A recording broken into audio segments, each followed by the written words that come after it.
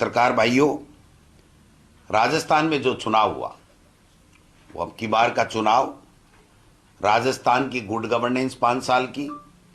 Corona काल में जो बेहतर कार्य हुए, लोगों की जानें बची, कोई भूखा नहीं सोया, और जो बजट आया और जो योजनाएं, फ्लैगशिप योजनाएं जो लागू की गई, वो राजस्थान में नहीं बल्कि अपितु पूरे देश में चर्चा का विषय थी। और राजस्थान का मॉडल गुड गवर्नेंस और जो योजनाएं थी उसका पूरे देश में चर्चा ही नहीं बल्कि उसको अंगीकार करने के लिए भी होड़ मची हुई है। ऐसे में मैं समझता हूं कि राजस्थान की जनता ने कांग्रेस पार्टी को हमारे राष्ट्रीय अध्यक्ष आदरणीय खड़गे साहब जी के नेतृत्व में, राहुल गांधी जी की जो हमारी 4000 किलोमीटर जो भारत जोड़ो यात्रा निकली और उसमें जो मुद्दे राहुल गांधी जी ने लिए उनको भी लोगों ने स्वीकार किया। जो नफरत के बाजार में मोहब्बत की दुकान खोलने की जो बात थी उसको भी लोगों ने बहुत दिल से लेकर के और अत्यधिक मतदान में उनको प्रेरित किया उस बात ने भी। और हमारे राजस्थान के मुख्यमंत्री अशोक गहलोत जी ने जिस प्रकार की पहले 10 गारंटियां महंगाई राहत कैंप के द्वारा और फिर 7 गारंटियां जिस प्रकार से आगे वादा किया गया, जनता ने उस पर विश्वास किया है। और इन सब चीजों के साथ साथ जो राजस्थान में भारतीय जनता पार्टी की आपसी फूट, आपसी कलह, जो 7, 8, 9 मुख्यमंत्री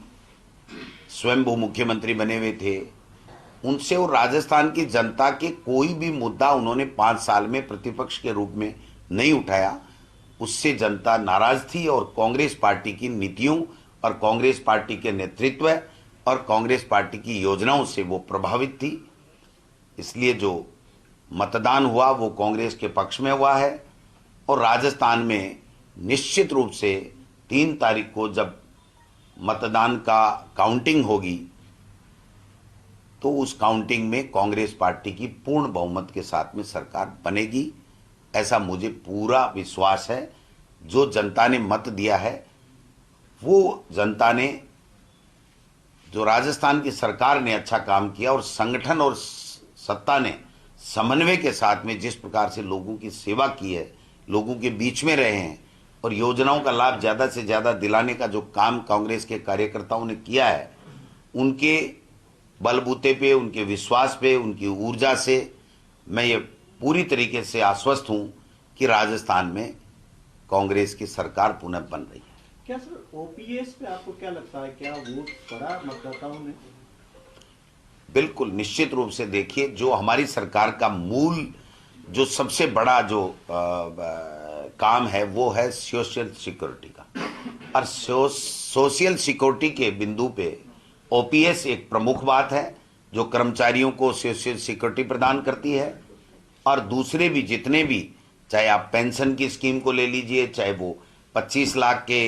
इलाज की बात ले लीजिए, अब 50 लाख की हमने वादा किया है, गारंटी दी है। और जो पेंशन है वो पहले 1000 की थी, अब उसको 2000 की गारंटी दी है। जो किसानों के लिए बिजली की जो माफ है, बच्चों को पढ़ाने के लिए लैपटॉप फ्री में देने की बात है। गृह लक्ष्मी योजना के तहत जो 10,000 रुपये प्रत्येक परिवार की महिला मुखिया के खाते में कांग्रेस की सरकार बनने पे हम उसको सशक्त बनाने के लिए, उसको महंगाई से राहत देने के लिए, उसकी सोशल सिक्योरिटी के लिए, उसके सम्मान के लिए जो दे रहे हैं, वो भी बहुत बड़ा मुद्दा रहा और लोगों ने उसको स्वीकार किया। आप देख सकते हैं कि माता बहनों ने पुरुषों के मुकाबले अधिक मतदान किया है। युवाओं ने भी बढ़ चढ़ करके कांग्रेस की सरकार ने जो नौकरियां दी हैं और जो आगे 4 लाख सरकारी नौकरियां देने की जो वादा किया है उसको भी घोषणा पत्र में, उसको भी उन्होंने बहुत अप्रिशिएट किया। क्योंकि भारतीय जनता पार्टी ने पहले भी नौकरियों में हमारे से पीछे थी और अभी भी उन्होंने 2.5 लाख की बात की है। तो मैं समझता हूं कि ये सब चीजें मिला करके जो मतदान हुआ है उसके बाद में जो रुझान पब्लिक से आ रहे हैं, जो मीडिया से आ रहे हैं, जो राजनीतिक विश्लेषक हैं उनसे आ रहे हैं, उनसे सबसे एक ही बात निकल के आ रही है कि राज नहीं बदलेगा, रिवाज बदलेगा और कांग्रेस पार्टी पुनः राजस्थान में पूर्ण बहुमत के साथ सत्ता में आएगी। लेकिन सर धार्मिक ध्रुवीकरण आपको क्या लगता है कि क्या उसने असर डाला? दूसरा, क्या पेपर लीक से आपके जो नए वोटर हैं, युवा मतदाताओं पे, उन पे असर पड़ा? क्या वो प्रभावित हुए? देखिए, धार्मिक ध्रुवीकरण उनका प्रमुख एजेंडा होता है भारतीय जनता पार्टी का, लेकिन हमारी सरकार ने जिस प्रकार से सबको साथ लेकर के काम किए, मंदिरों में काम किए और